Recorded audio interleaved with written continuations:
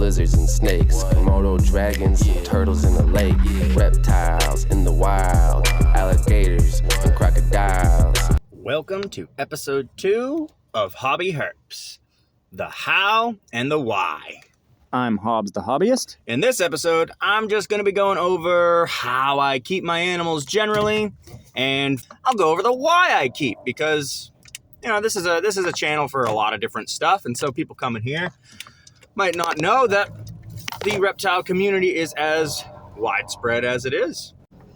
Now, the way that I keep my animals, I like to go full naturalistic. I have been going down that route for the last probably close to 4 or 5 years. And it's really working out for me and my snake. I've noticed a lot of cool behaviors that I've never seen before. A lot of stuff that I've seen other Aspideites keepers talk about. Like, for instance, whenever I missed the enclosure, she almost kind of reminds me of like a cat. She just comes out and just starts rubbing on everything all over the cage. I don't know if it's just trying to maybe get as much moisture as possible, or if she's scent marking, or maybe it's a little bit of both, but that's a incredibly interesting behavior that I've been able to witness on a regular basis. And moving forward, just as I update the enclosure and add more things, I get to notice even more cool stuff. I mean, once I switched to naturalistic and, looking for ways to bump up the humidity, I switched to sphagnum moss in her moist hide instead of just paper towels, because before it was all paper towels, sterile environment, this and that.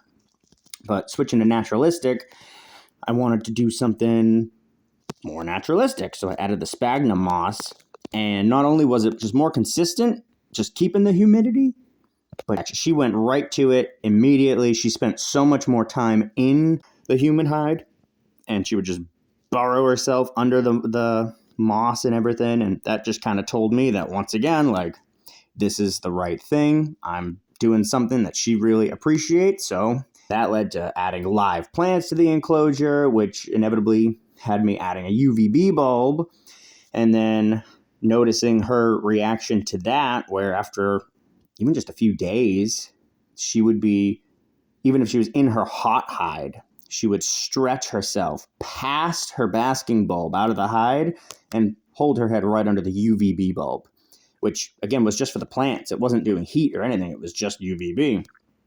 And so just noticing that, I went ahead and I replaced that singular bulb with a whole new fixture that went across the entire length of her enclosure. And after a few weeks of that, just her energy seemed different. She kind of seemed like she was just more comfortable and at home in her enclosure. Her colors started getting brighter. She almost always had the fresh shed look, like when a snake just sheds her skin, and it almost looks like they got painted. Like, she always has that kind of look on her now. And that's ever since I added the UVB. It just made a huge difference. So that kind of stuff can really level up your keeping. In her current enclosure, which I need to upgrade, once again, she's growing out of it. She needs to get up to a 6x2. She's currently in a 4x2. I just need to get the materials and build her one. But for now, how I'm mediating that is in her 4x2, not only do I have her substrate at a gradient, so her hot side is higher up, and it's like a hill that goes down to her cool side. And then on her hot side, she's got her hot hide. On her cool side, she has her cool hide, which is on top of her moist burrow, which is exactly what it sounds like. I have a couple bricks down underneath all the substrate, and on top of it is a tile, and underneath that tile is a little empty spot where I put a little bit of sand and some sphagnum moss, and that is essentially, when I missed the enclosure, all of it drains down into that little area. That's where the moss is. That's where the isopods like to live. So it's a really cool little bit of a little microclimate that I've been able to create in her enclosure for her. And with that, I'm able to give her that perfect temperature gradient, the humidity gradient. If she wants to be 100 degrees. She can go all the way over to her hot side, go right up on top of her hide if she wants to, bask right into the lamp. If she wants to go down to 60 degrees, she can go into the humid hide and curl up in there. If she wants to be 70, it's anything she wants to do, she can do it. And I'm trying to do as much of that as I possibly can for her. I like to provide her with as many options as possible. A lot of people say that black-headed pythons aren't arboreal, so you don't need to give them anything to climb on. They're, terrestrial, fossorial, more burrowers or anything. But people in Australia tend to say, they'll find them in trees. They will climb if you give them an opportunity to. And so again, just trying to give her as many options as possible, I went ahead and I made a PVC pipe climbing rig for her, which just extends across the whole back of her enclosure. And so once again, that's just another bit of a gradient for some more options. So if she wants to be up high and hot, she can be on that and on the hot side. If she wants to be up high and cool, she can be on the cool side on that branch. So I like to give her a 360 degree use of her enclosure. So she can use any bit of her enclosure that she wants to. She's got live plants in the enclosure, some spider plants that my wife has propagated. I am currently propagating some golden pothos, which I'm going to add as well. I got some grass seed, threw that in there. That's all starting to grow. So it's real exciting. I want to get some succulents for her hot side. I think that would just look really cool, but I don't know. I feel like she's going to just kind of trample over them. So we'll see how that goes. Hopefully, once I get the 6-foot enclosure built, I'll be able to not only bring everything from her current enclosure over, but upgrade it and add even more, which I'm incredibly excited for. I've got some prototypes in the works for heating systems and other stuff. I'm a maintenance technician / building engineer by trade, so I'm using my skills from my career to try and really revolutionize my reptile keeping, so that I just do everything I can to make sure she has as many options as possible and to make sure that she can be as comfortable as possible at all times. Speaking of comfort, moving on to reptile news. If you live anywhere in America, you're probably getting hit by a damn ice storm right about now. I live in North Carolina. We seem to have gotten what we were going to get from it. And personally, I don't think it was that big of a deal, but I know a lot of other people are probably losing power and stuff like that. And so as far as reptiles go, just make sure you're keeping them safe, keeping them warm, stocking up on all your hand warmers, things like that, which I kind of think is hysterical, considering that, we got all these exotic snakes, and, when we lose power, it gets cold out, we're scrambling, trying to keep them warm and everything, because, they'll just croak and die. Somebody posted on Facebook a video of a garter snake just kind of chilling on a pile of snow, which just kind of goes to show, I guess, garter snakes don't give a damn.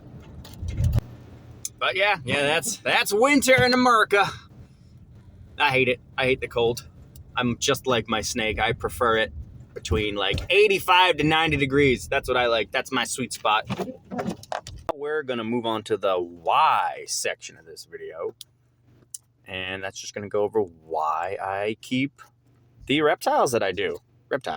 I've always been an animal lover my whole life, dating back to when I was just a little kid running around, going out into the woods, trying to catch little critters, watching Steve Irwin, Jeff Corwin, all those shows back in the day. I had a mom who was very against snakes and creepy crawlies of any kind, really. When I was in maybe 3rd grade, she let me get my first leopard gecko as a pet. And that was the first reptile I had ever kept. Her name was Geico, of course. I don't know, I had her for a year or 2 maybe, and then she inevitably died because I was a child and didn't know what I was doing. So that was sad. And so that was the only reptile I really ever kept growing up. And then I became an adult, moved in with my best friend who also happened to really love animals and reptiles specifically. And so we kind of both had the realization that hey, We're adults now with adult money. We can buy the things we want to buy. Why don't we get some reptiles? And then that just kind of turned into a whole addiction. And so that was many years ago. That was probably like 10, 11 years ago at this point. But where I'm at now with my keeping is I have really reduced my collection. I've dropped down in size. I made the mistake a lot of people in the reptile hobby make, which is they just spread themselves too thin. They see all these different species and animals that they want to keep, they want to learn about.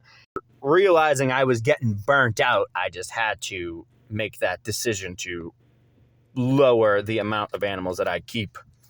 And then also becoming a dad and starting a family, I inevitably had to have that discussion with myself again, where even though I had drastically reduced my collection, I still had to make room for the other parts of my life. So I had to make that decision yet again, and I cut out the vast majority of my collection to the point where now I just have a single black-headed python. However, I do plan on getting more in the future, especially now that my kids are old enough where they can help me. But I guess really to answer the question, why do I keep my animals? It's because I love them. I enjoy keeping them, and I'm excited to be able to keep more in the future.